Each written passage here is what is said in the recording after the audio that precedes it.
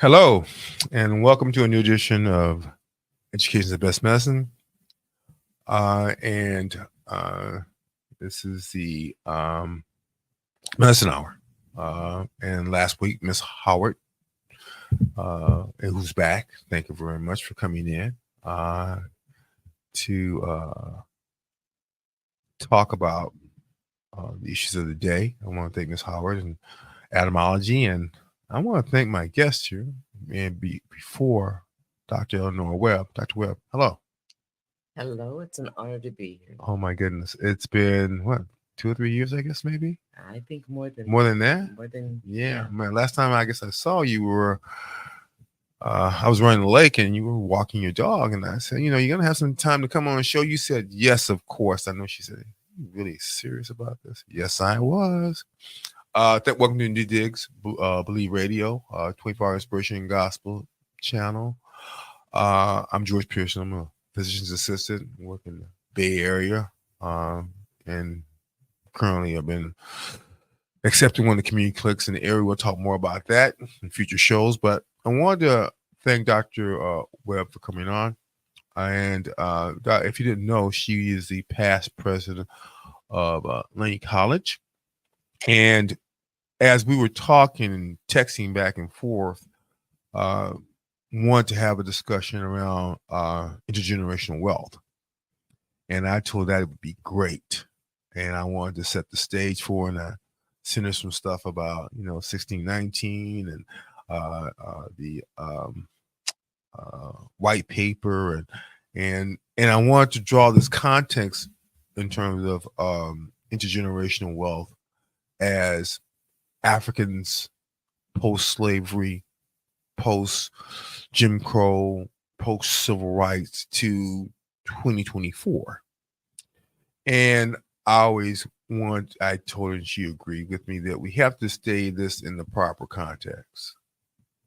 And the proper context is saying, how did we get here?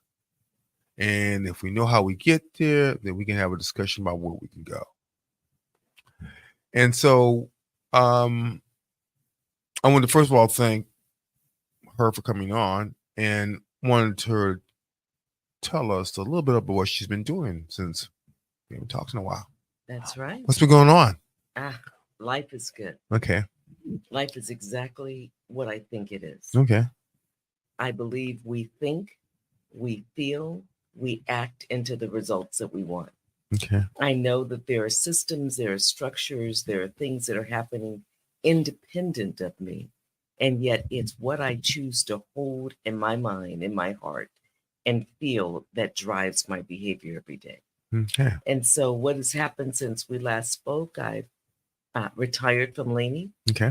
I've been Congrats. Thank you. I've been honored as President Emeritus by the district for service. And I join a legacy of people who care about the community and made a profound difference, working tirelessly on behalf of many people. So when I retired, I thought, this is crazy. I'm young. Yeah, what am I going to do? And then I felt like a slacker. So any reasonable person would say, let's rest. Because for the last almost 40 years have been running. Not walking, running. 7 days a week.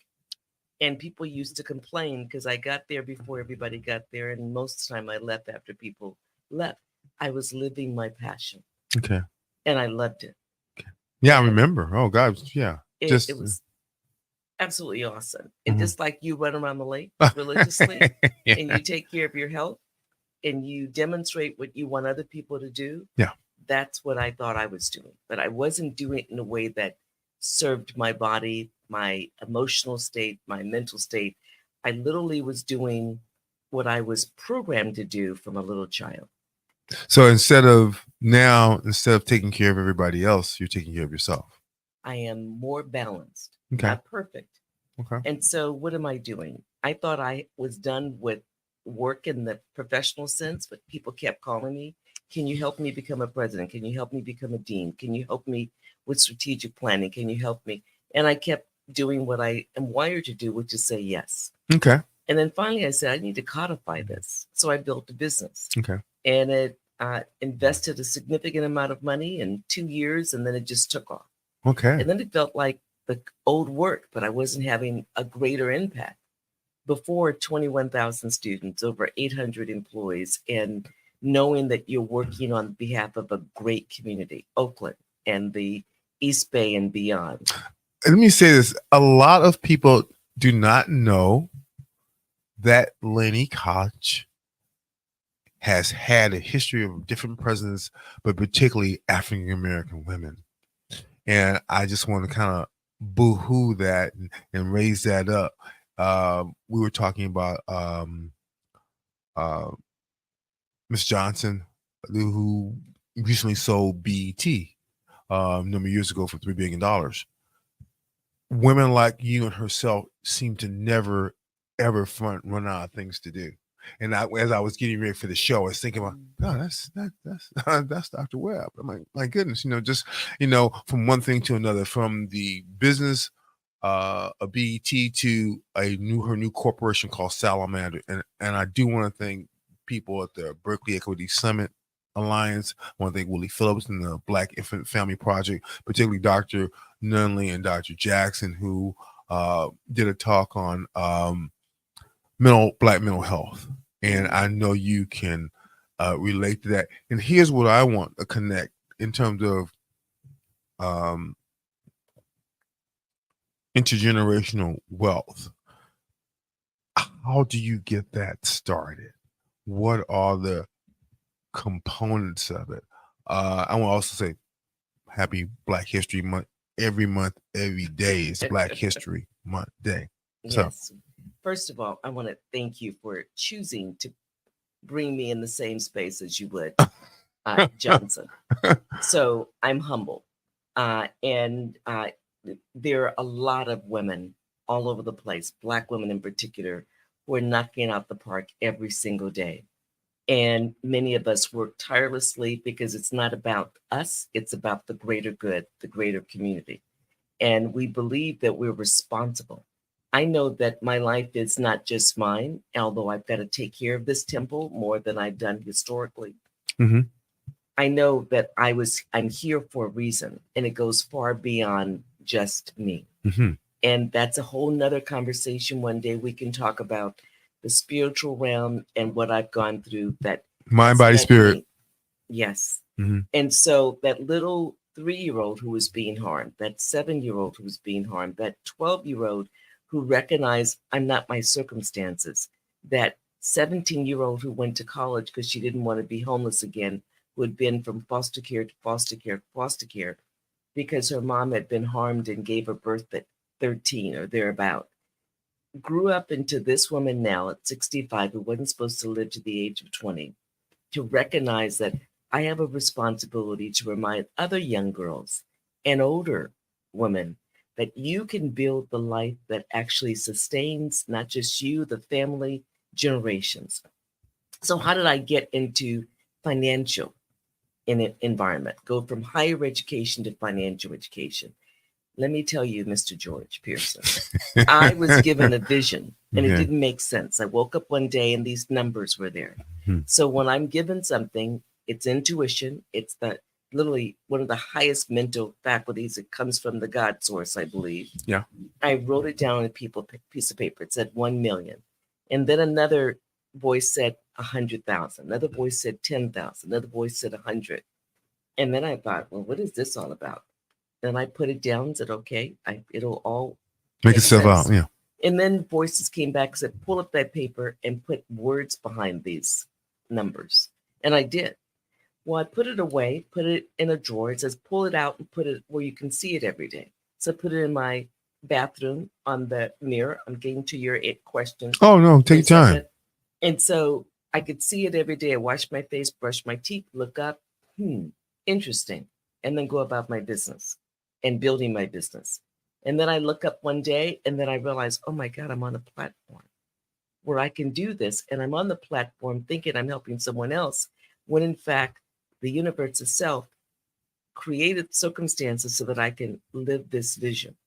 So what was the vision? 1 million families financially independent. 100,000 ambassadors, 10,000 partners who are doing what I'm doing as partners, business partners, and then 100 individuals who are already at the financial independence because they use the roadmap. So what is the roadmap? It's understanding that you've got a vision, whatever that vision is, being clear about that vision. It's codifying that vision in terms of a mission. Here's what literally you can measure, you're going to achieve. Mm-hmm. And then using a system that allows us to get there. Now that has to be framed within something much bigger, superordinate, and that's mindset. Mm-hmm. Mindset gets you up in the morning and gets you moving in a certain direction. Yeah. Mindset gets me up in the morning, gets me moving in a certain direction. Mindset gets all of us up, mm-hmm. moving in different directions. And I have brothers who are more brilliant than I even can imagine I would be, who are knocking out the park. I think of one of my brothers, Paul, who raises millions of dollars a year for churches, used to be for a school, and now it's for nonprofits. Mm-hmm. Brilliant brother. He's got a mindset that is so off the charts. And I'm so proud of him. I have another brother who spent most of his life in prison, got out last year. He's got a brilliant mindset of service. You cannot tell him not to go and help someone. It's his wiring, always has been. Mm-hmm. And he just got out of prison after years, about 15 years of being in prison, that he was there on a trumped up charge. In fact, literally a month or so after he got in prison, his attorney, who didn't listen to him, said, "Oh, we found the video. You didn't do it. Someone else did it." And he says, "So what do you do? Do I get out now?" She says, "No, you accepted the charges. You took the low deal instead of being in prison for the rest of your life." So then she walked out. So he had a mindset that I don't belong here. He dealt with it. He wouldn't let any of his loved ones, including his sister, visit him because he didn't want us to focus on him there. He's out and now he's focused to make a difference. Mindset gets us further than we think. Mindset helps us to create the conditions that we're experiencing right now. It is true that we have a legacy. That legacy predates anything akin to slavery. We built extraordinary context, human accomplishments, and things that are not even in writing, and things that are on tablets where we're discovering now hidden away, that are in places like the Vatican, etc. They know the real history of the continent of Africa. It's brilliant.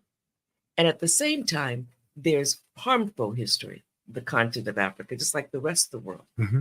And many of us come from a long line of folks who experienced slavery before coming here, but aggressively harmful, criminal, absolutely horrific slavery in this continent. And so how in the heck are you still standing? I don't know. Am I still standing? It's because there are people who had the right mindset to say, we're not our circumstances. Doesn't matter whether it's a Harriet Truman, she was godsend. A lot of folks were godsend who never get the light of day in terms of their name. In fact, their names were taken away from them. And they died ensuring that someone could live to be able to sit behind the camera.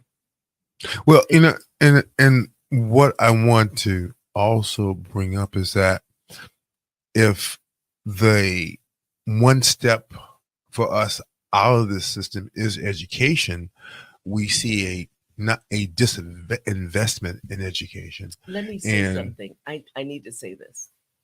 I'm an educator by design. Yeah. I decided by the age of 20 that I was going to be an educational ambassador. I had no clue what that meant. Mm-hmm. I'd never heard it before. And so the fact that I spent almost 40 years in higher education made sense because I wanted to be an educational ambassador. And my roles just expanded from recruiting to advising to coordinating to directing to managing to being a dean, being a VP, being a president, being executive vice chair. All that being influencing policy at the local, the national, at state level. All of that is because I had a mindset of it saved my life. I want to save others. And I was open to opportunities. And I seized them, not always, I seized more than I thought that I even deserved to seize. Well, the reason why I bring it up too is that you were one of the futuristic thinkers about the use of the community college as a stepping stone for higher education. And not only that, but utilization of skills building at that level for whatever. And here you are in the future tense, and that's what they're talking about. That's what they're programming to do. I was just talking to a gentleman who's in Manteca. He and his wife today, we're doing a financial needs analysis. He was in carpentry. He was a union leader. He was the president of the major union, Carpenters Union, in Northern California. And without disclosing any of his private information, that we were talking about the apprenticeship programs and that he taught in apprenticeship and the power of that. And I got to share with them, I got to work with some phenomenal people who came from industry, chose to educate, and because they understood the importance of these technical skills, they enhanced the level of education at Laney College, built out machining to advanced manufacturing, built out old HVAC to just how to leverage automation. I mean, they were doing some things in carpentry, in welding, etc. And the students who came out, they were earning more than most people thought anyone with a technical certificate or degree would earn. $80,000 a year, $100,000 a year. In fact, I had some CEOs of organizations saying, "I'm unhappy with you, President Webb." And I'm like, "Oh, tell me more," because I love constructive feedback. Because the folks, we expect to get folks from your graduates, they're hired before they graduate. We need you to educate more people. Is that you invest more money? Well, we're investing money, but we can't get them quick enough. It's a trip too, because as I think about us talking and about the fact that I was trained in community college. I went to Merritt College and then Laney College, and I was kind of like a vagabond of community colleges, because I had to go somewhere to get to, Alameda had to go get the units there because it was peace. But I think that I really saw the vision of folks and also reinvestment in those that were coming out of prison, be able to go to school. You had this whole piece down pat. Let me tell you, we had a gentleman, and I would not have known. Brilliant, beautiful brother, tall, about 6'6" or 6'7", coming out of the elevator onto a floor where I was the vice president at the time. And he says, "I'm looking for so-and-so," one of our faculty members, who literally brilliant man. So the faculty member is this shorter Greek guy. No, excuse me, not Greek. Got to get it right. I'll get it right in a second. But then there's a black guy who literally, he tells me a story. So I got to tell you my story, because the instructor comes out and he's lively and he's a short guy compared to this brother, right? The brother says, "This guy saved my life." I said, "Well, tell me more." He says, "I got out of prison." And the judge in Oakland for Alameda County says, if I don't go to Laney, I'm going back to jail and back to prison. I don't know what the deal was. He walked across the street, literally was on the campus, and this Nick Kiracapetti, I got to say his name because he's brilliant. He's probably retired by now. He grabbed the guy and said, "What are you doing?" And brother, tall guy, is like, "I don't know. It's big brother, right?" He says, "Come with me. You're coming to my class." So he enrolled him in his class. Guy graduated, earned more money than any person in his family had ever earned. Uh-huh. I mean, it's just, it's because he got the technical expertise. We have people in prisons, and the beautiful thing is we had some prison programs, literally where, and I shouldn't call them prison programs, but where our faculty members were so wedded to helping people, they went into the prisons and provided quality education. And that's powerful. Oh, yeah. I think that, too, as we talk about intergenerational wealth, I kind of want to think about, historically, the stolen labor, the in fact, in 1955, there were no black firefighters. I was born in 1955. So that's kind of interesting. Also, for me, big is the murder of Emmett Till, and I kind of want you to define that in the context of like economic exploitation, redlining, those kinds of things that have limited us, but now we can, as we have overcome. And I remember I told you were going to be the solution before you even got here about how do we, in the face of that, rebuild those pieces to make this a piece. Like for me, it's passing something on to my grandchildren. I've got to do that. Okay, so that is, there's a lot in that mix. Let me just say, I brought these two books because for people who have not studied the nature of what's occurred, The Color of Law is see if I can get this on powerful. By Richard Rothstein. But Okay. he's not alone. There's others who've written about the history and how literally there's structures that were put in place in order to ensure that Blacks did not have the capacity to build and sustain wealth. This is The Color of Law by Richard Rothstein. And then Randall Robinson, I don't know if you remember him, and I'm surprised at the number of people who've never heard of him. That man was a steward for everything that would lead to reparations. Oh, okay. Long before most people wanted to hear about it. But what he did, and what he did in that book, was just to summarize how by the end of the 1800s, the vast majority of wealth in this country was what? Yeah. Black folks. Randall Robinson, author, Defending the Spirit, the Debt What America Owes to Blacks. Great stuff. Now, the important thing about this is there's multiple things I want to say. I'm going to answer your question again quickly, and then I'm going to say why I brought these two up. Okay. So your question, if I can get it clear, is how do we get to generational wealth and then intergenerational wealth? I believe that literally we have the capacity to do that in 1 to 2 generations. And I'm not exaggerating. That's interesting. And it starts first and foremost. It has to be sustained. It's all about belief. I told you what I liked about coming in here. Believe Radio, 24-hour inspirational and gospel music.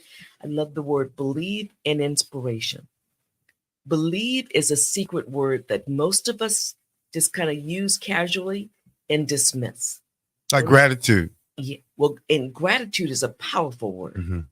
I say it the first thing in the morning and before I go to sleep. We did a show on gratitude. Powerful. Yeah. Now, when you believe something, you're saying you have faith. And when you have faith in something, like you have faith that there's gas out there. Well, you don't smell gas. Gas, you can't smell it. But you have faith that gas exists. And so in order for us to not just depend on the faith that gas exists, we put something in it to give it a foul smell. So when gas is emitted, we address that right away, because otherwise we can be or die. Okay.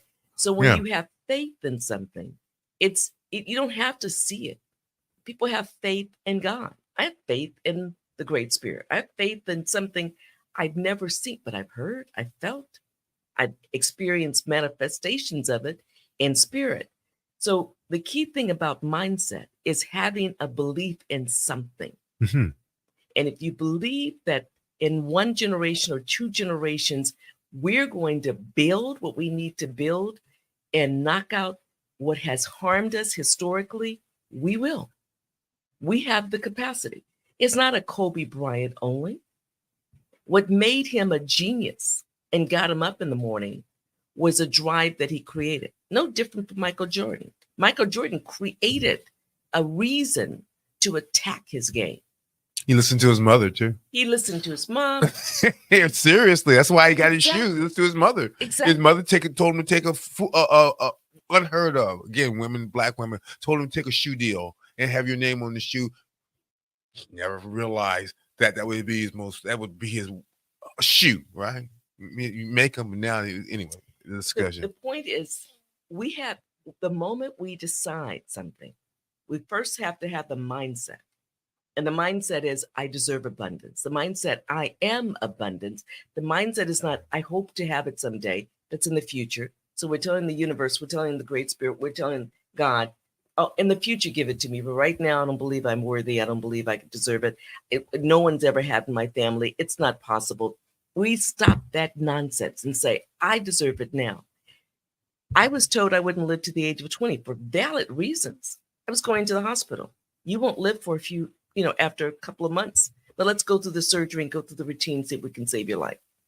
I decided when I went in there, first of all, I was not going to tell any family member or anyone what I was experiencing, because I didn't want the cries and all the stuff and the energy to shift me from my responsibility. Yeah. My responsibility was to apologize to my body for whatever was going on, and to look at every cell and say, thank you very much for your service. You can leave now. I have to get new cells. And we are literally constantly rejuvenating our body. Of course. You know this better than I. Of course, yeah. And so when I went into surgery, guess what? What was supposed to be there, I don't claim it anymore. I don't use the word anymore. Was gone. I became a so-called magic case. I became a miracle. It's not a miracle. Okay? These bodies are self-healing. The consciousness we have is from the God source. If we believe that we're from God, that we're part of God, that we go back to God, however we define God. Okay, I'm not being prescriptive, whether it's Christian, whether you're Jewish, whether you believe in the Quran, you believe in you're Buddhist, you're Taoist, I can go on, and you're Hindu, I can go on and on and on. There's so many religions across this planet. And one way is not the only way. It's true. Okay, so my point is mindset based upon a belief system. You have a core set of values that complement that. Doesn't matter what's going on. I don't care if it's a father, a mother, an uncle, you won't be cousin. Moved. You won't be moved. Mm-hmm. You'll honor them. You'll respect them. And you won't be dismissive of them, because there may be some kernel of truth in what they share, because they're trying to protect it if it's coming out of love. The bottom line is, you've charted a territory no one else charted for you. You have to chart it yourself. And what I'm encouraging all of us to do is chart a territory that says, not only are we worthy. See, I had to deal with worthy stuff myself. Mm-hmm. I didn't believe I was worthy.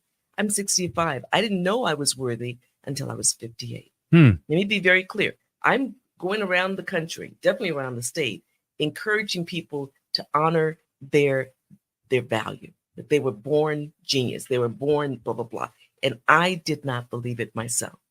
But I had enough understanding of it, because I used it to build myself so I could impact others.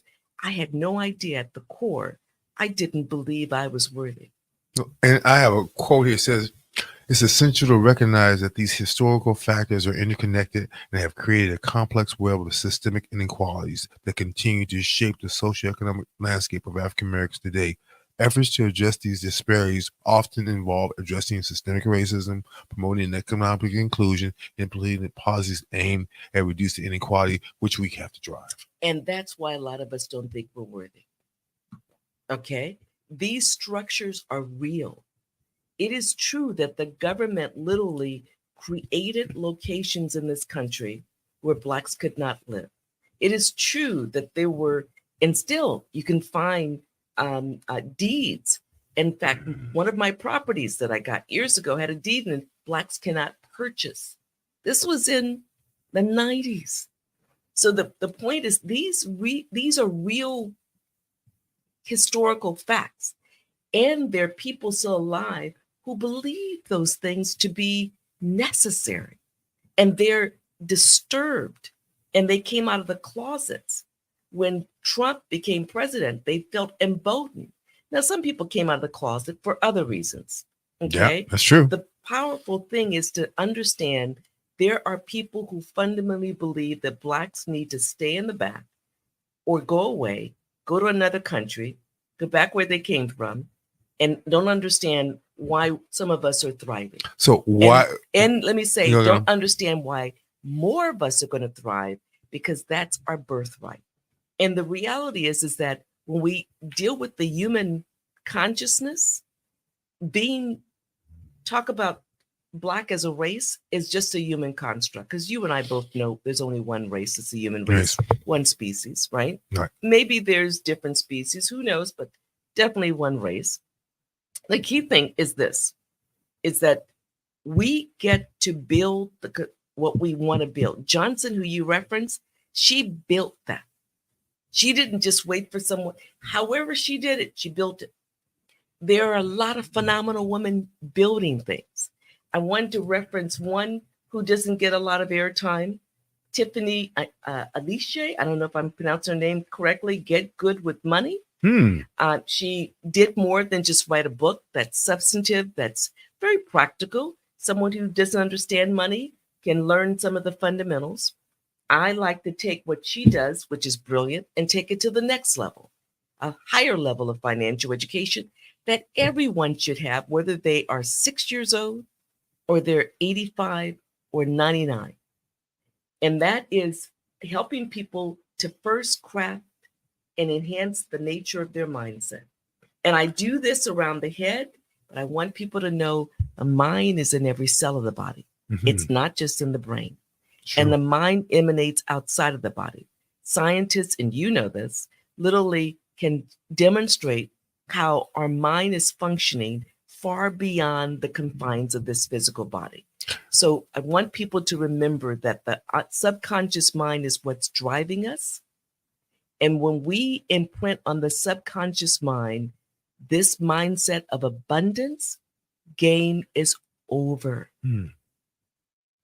Imprinting on the subconscious mind abundance, that we were born to be in abundance, we deserve to be in abundance, and any music, any acting, any dramatic circumstances we're part of, anything we are living that doesn't honor that we literally turn it off. We move ourselves out of it and in a position of experiencing abundance. And that's why I wanted to put us in the proper context now. And now we're in the proper context of how this occurs in definition. Generational wealth refers to assets and resources passed down from one generation to another within a family. Building generational wealth requires a strategic and long-term approach. And here are some of the factors and strategies. We've talked about education. We've talked about financial literacy. We talked about estate planning, and maybe you might want to emphasize a few of those things in terms of how you see it fitting into the grandeur. Okay, let me share with you. Okay. I want the audience to read at least these three books. Okay. And the first Power of Zero. Power of Zero by David McKnight, because I want people to understand the powerful impact of taxes on their ability to build wealth. Oh yeah, I just talked to my tax guy today. Okay, so let's use one example that many of us among my team and beyond do, and that is we want people to ask themselves, what would they have when they take $1 and they literally double it 20 times? 1,048,000 and some change. Take that same $1 and at each step of doubling it, you add a 33% tax. What do you have? Less than $29,000. Okay. People say, oh, it's because the taxes are high. Well, let's use 14%. $1 double 20 times every step, you add a 14% tax. You have $78,000. Almost $1 million is gone in taxes. Now, let me be very clear. I favor contributing taxes. I want to be part of the solution, infrastructure that ensures this country is able to thrive. Yet I want to only pay my fair share of taxes, not my unfair share. True. Right? And what's happening, especially to folks who are not doing well economically, they're paying an unfair share of their taxes. That's true. Towards taxes. Okay. If you earn money from work, you got to pay taxes. That's all of us.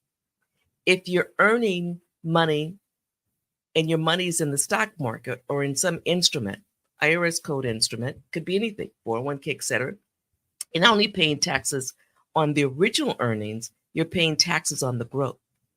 So I want people to think about this because this was new to me. And I was almost 62 years old. And I'm 65 now. And it should not have been new. I should have known it when I was in my 20s. Mm-hmm. And that is their financial literacy. Yes, exactly. Financial education, even more powerful. Right. Literacy is the fundamentals. Education, you take it to the stratosphere. So here's the deal. There's a way to literally pay your taxes on your earnings, put your money in a particular account, and when the money grows, you do not pay taxes on the growth. I had the same conversation with my tax guy today. Same conversation. He says, do you want to pay this much or do you want to pay this much and create a wealth fund? Exactly. And so there's another book I could have brought. It's called The Family Bank. So The Power of Zero is... Power of Zero by David McKnight is all about understanding the history of taxes. Very short book, quick read. You can get a PDF online, or you can look at, there's a video on Netflix or something, I think, too, that he did. He literally went across the country, tried to explain to people, literally the debt, the national debt is just going to skyrocket.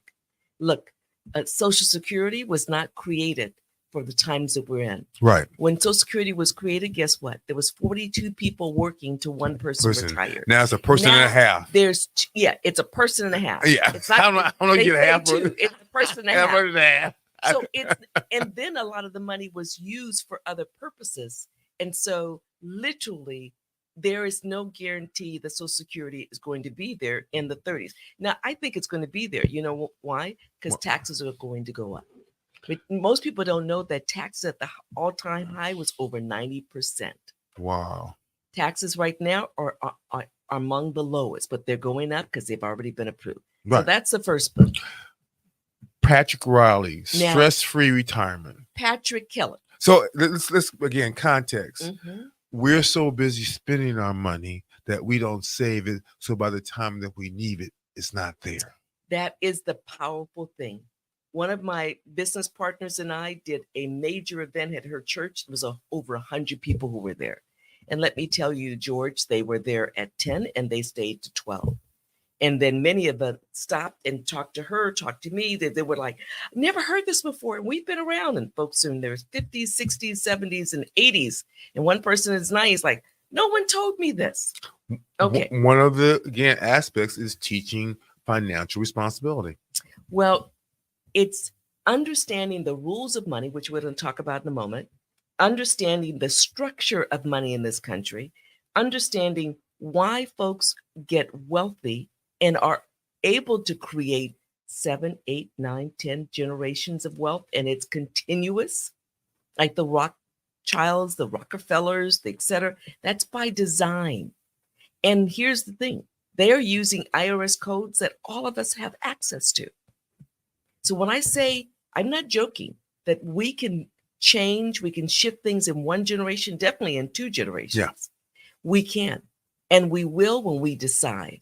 And it's based upon a believing that we deserve the abundance. Yes. Okay. And this beautiful dark you comes from abundance, was built out of abundance, and deserves abundance.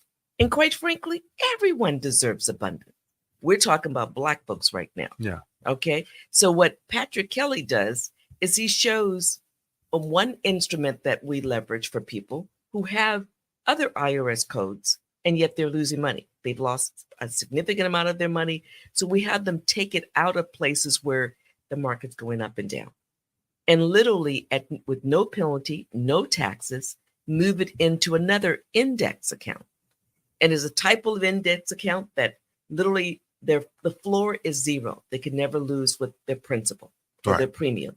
And it grows. And it grows at a rate. Some people say, oh, there's all these fees. There's no fees unless they want to add a fee.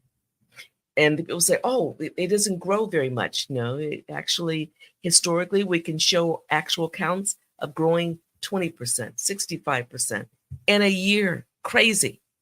Now, there are years where it's 0. the good news, it's because the stock market was at negative 34, like at the height of pandemic. Yeah.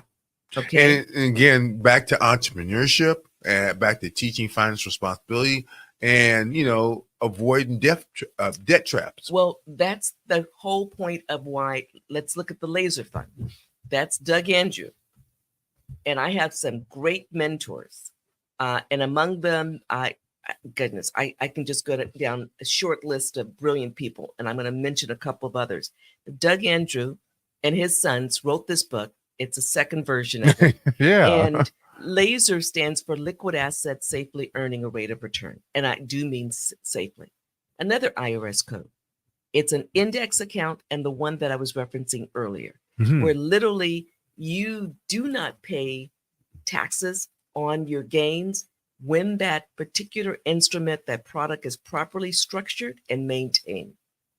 Okay. So I just want people to know, without going to too much technical details that people are like, what is this show all about? I don't think I understand. I provide, and my team provide, free financial needs analysis. That's normally a $1,500 to $3,500 cost. Okay.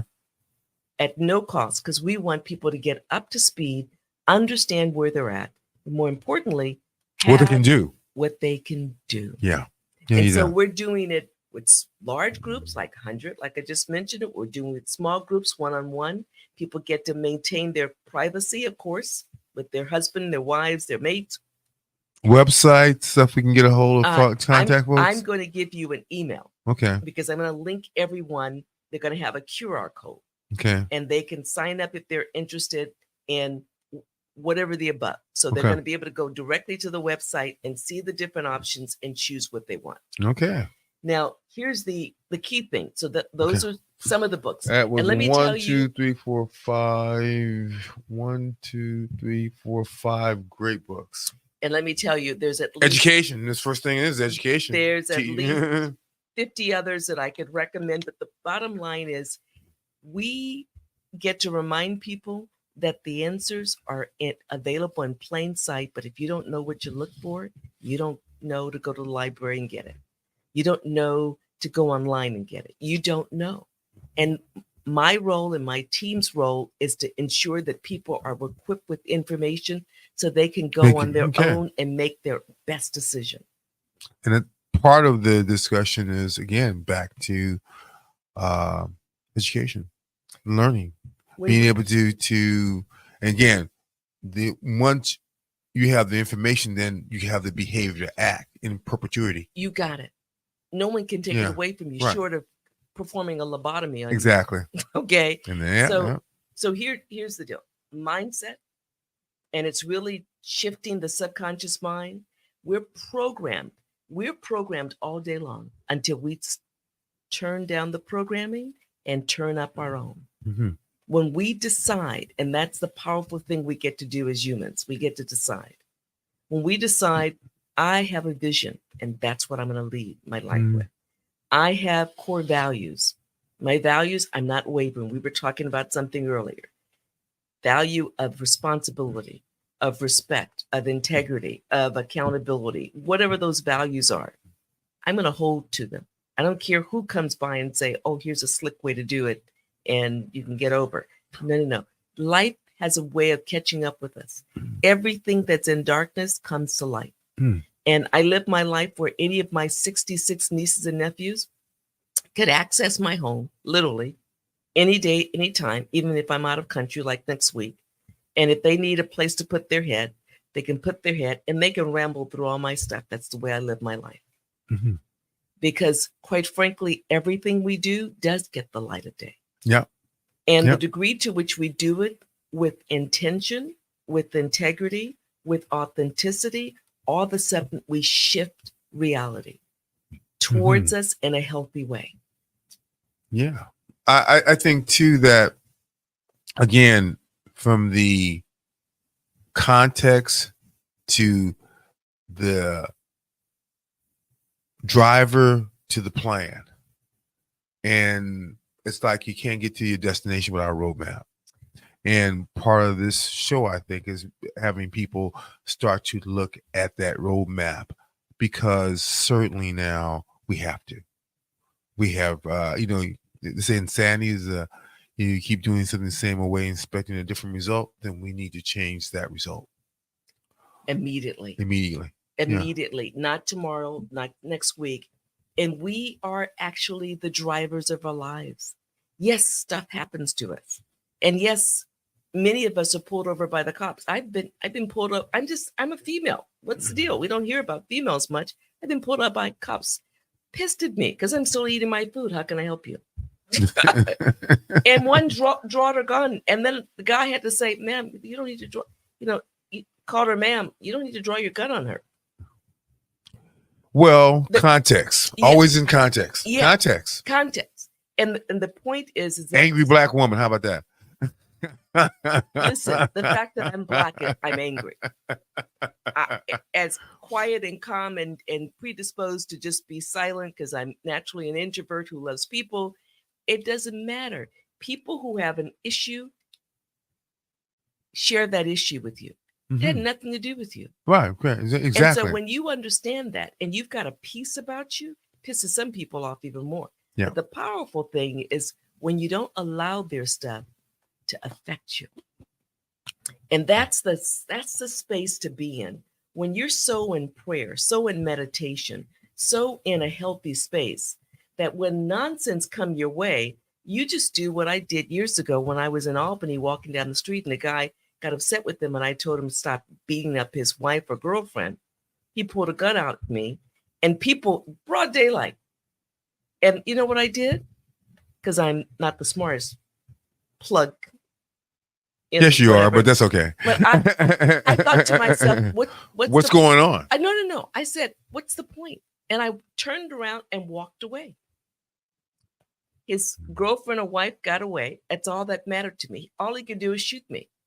He could not take my spirit. So when people understand, that's the power of remembering those who were enslaved who made it through so we could be here.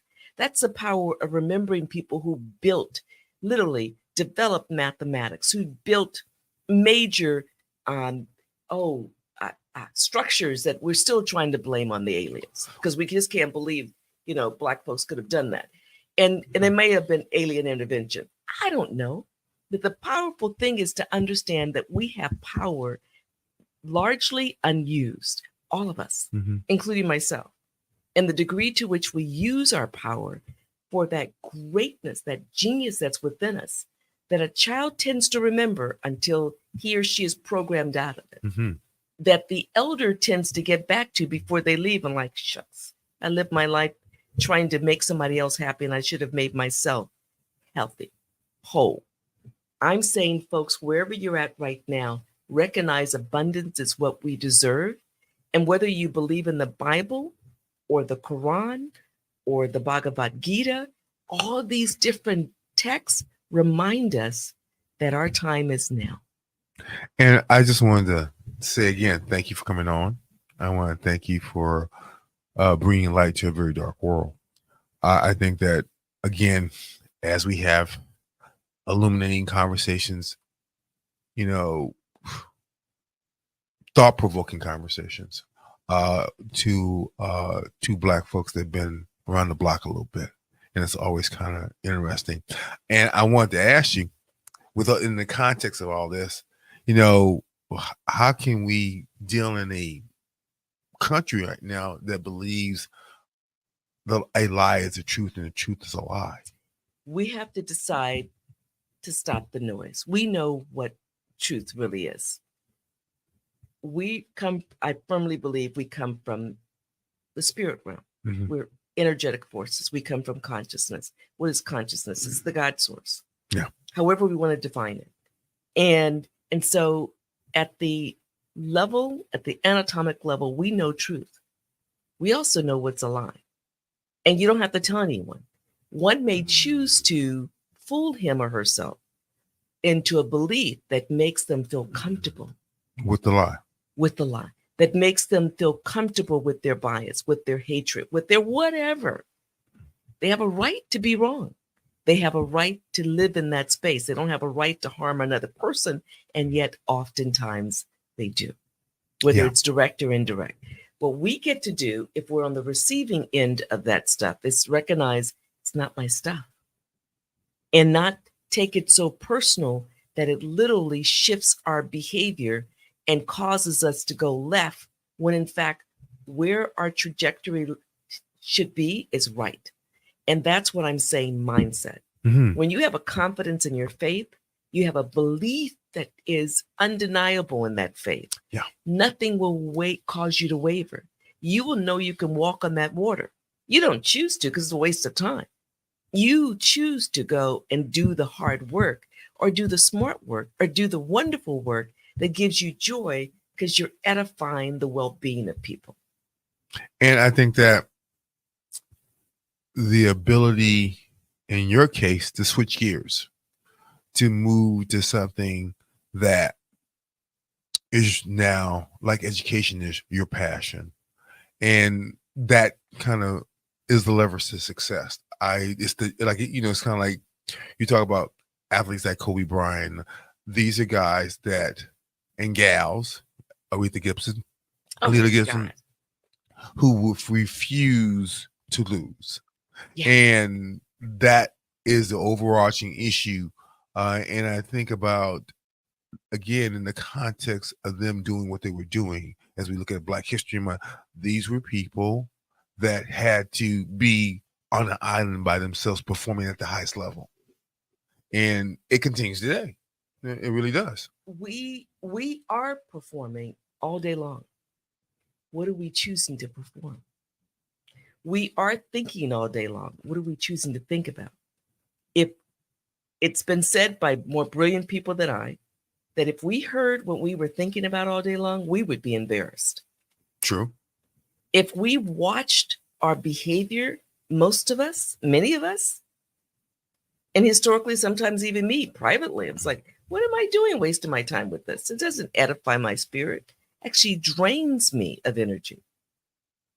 So the power. But that's knowing the difference though, right? It's choosing to be conscious. Yeah. Choosing to take that conscious mind, that intellectual mind, that powerful mind, and not allow it to be dumbed down to a one-word meaning, to a feeling, and choosing to honor this temple that we're in and use it for greatness. Choosing.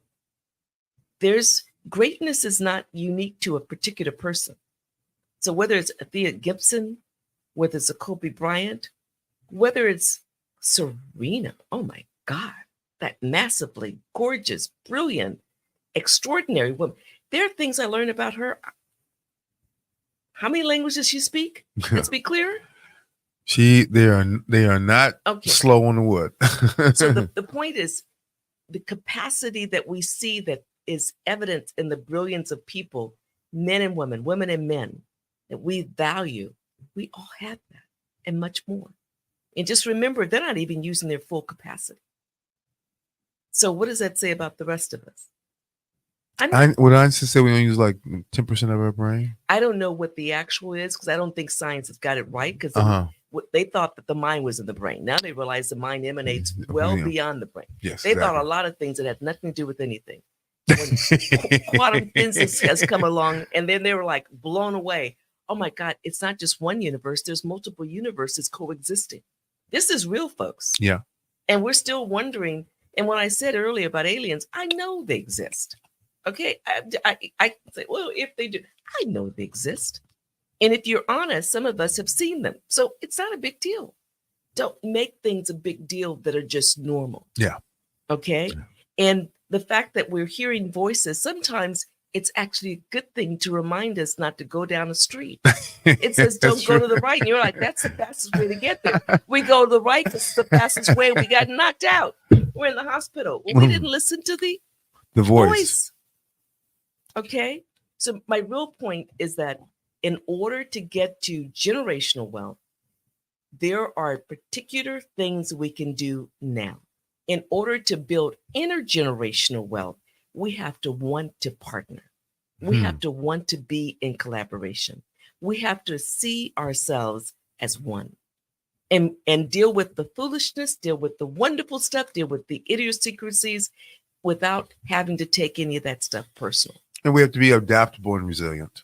We are already resilient. Okay. We're already adaptable. Okay. We have to honor it. All right. And choose to use it in a way that honors the highest self.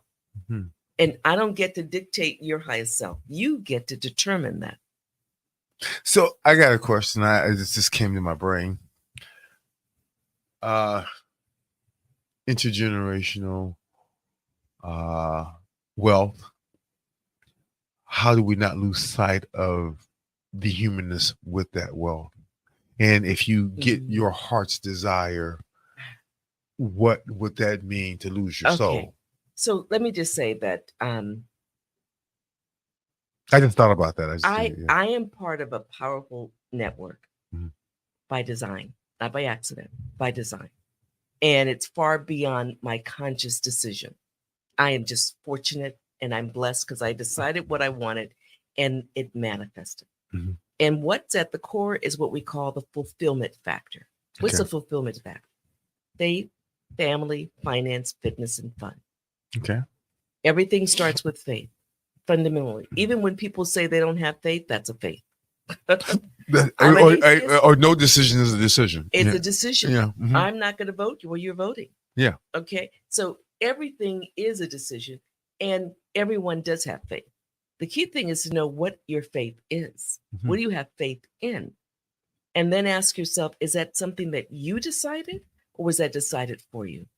True. Many of us are walking around with values that were demanded of us, given to us, programmed in us, and we never decide on those values. Some of them are healthy, we want to keep. Others are destructive, and we should release. Yeah. And we may not know how. So the power of mental health, and you mentioned that earlier on, is allowing one to go in, investigate, and get ideally a trained expert that you can relate to. Mm-hmm. I needed a therapist years ago, more than once. And so at times I could either use my intuition. My intuition told me there's a woman that's at the health center when I was at Cal in 2 PhD programs and doing too much. This is how she looked. Go find her. I went there. I said, I'm looking for this woman. She's a therapist here. They're looking at me like I'm crazy. And there she was. I said, I need to see you for a month and a half, and that's it. And she's like overwhelmed with me and says, well, let's continue. I said, no, you just told me what was going on. I had a mild level of depression because I'm doing too much. I'm not eating. I got it. Thank you. You can't take care of yourself, can't take care of anybody else. Yeah. And so then I needed more therapy because I had allowed myself to take on a bunch of stuff that was never about me. And it harmed my spirit, harmed my body. So here's what I did. I did the same thing. I interviewed and then I listened to my intuition. It says, I wanted a Black female, couldn't find one, found this guy, Jewish guy. Didn't seem like we would mix at all. He was perfect for me. He just gave me back what I needed. Gave me back what I said. But I'm going to bring this to wrap this up because I know we're nearly closing. Is that but hold on. You get the last 2 minutes for the final word. The power of understanding self, whether it's directly through therapy or doing meditation, which I strongly recommend on a regular basis, however people define that, through prayer, through whatever rituals, through dancing, through listening to particular kinds of music that elevate your spirit or sounds, or playing an instrument, whatever allows you, or to read certain texts, allows you to elevate your spirit, stay in that space. Mm-hmm. That's the powerful thing we get to do. And so then it allows us to go into that space of mindset that says, I deserve, I am abundance, and I allow for abundance to manifest so that other people can see. But you have to envision it first. I want to, again, thank you for the vision, illuminating. And I want to give a special shout out to our ancestors, African-American women, Harriet Tubman, Sojourner Truth, Rosa Parks, Maya Angelou, Katherine Johnson, mathematician, Audre Lloyd, yes, Oprah Winfrey. We remember Miss Johnson was before Oprah Winfrey. Mm-hmm. So she is the original Oprah Winfrey. Mine saw the flash, I guess. Mae Jemison, Dr. Shirley Ann Jackson, all these women want to give rise to Dr. April Erickson Jackson, Dr. Jewel Plummer Cobb. Again, we don't talk enough about women in the sciences and STEM. There's so many Black women provide so many research and science breakthroughs. Architecture, engineering, attorney, cable, internet. If you use it, they probably help you create it. Final word, Doc. Everyone listening, I honor you. And there's so many different perspectives to share. And I am so honored to be on your show, George. Thank you for coming on. I appreciate you for choosing to have this platform to edify everyone, because you care about the greater good. Definitely. And starting with folks where they're at and letting them know that they could be in a place that they currently are not. And those who are already in that space, reminding them that they can help more people to be in that space. And the space that we want to be in is where we're all healthy, happy. And we're transferring that healthy happiness and that financial and other real assets that can be transferred from one generation to the other, and do it intergenerationally, because we care about the connections among all of our families and not just one linear trajectory. Well, Doc, I want to thank you for coming on. I want to thank you for bringing light to a very dark world. It's been my pleasure. Please have a safe trip and come back. Hey, let's do this again in about 3 months. Yes. I know you got some time for me. And here's the email. All right. TENAPHD@gmail.com. Say it again, please. TinaPhD@gmail.com. T is in Tom, E is in Echo, N is in Nancy, A is in Apple, Paul Harry David @gmail.com.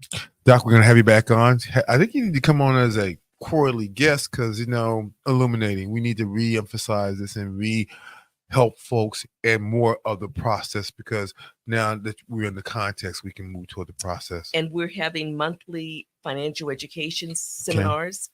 So those who send their information to that email in any time, you will get a QR code so that you can sign up for one of those sessions. You can sign up for a one-on-one or family financial needs analysis at no cost. That's the benefit. Doc, I want to thank you for coming on. I want to thank you for bringing light to a very dark world. Dr. Eleanor Webb, you are a Renaissance woman. You are a light to a very, very dark world. Please continue to shine. We appreciate you. And we'll have you come back, okay? My honor. Thank you. Good night. Night, folks.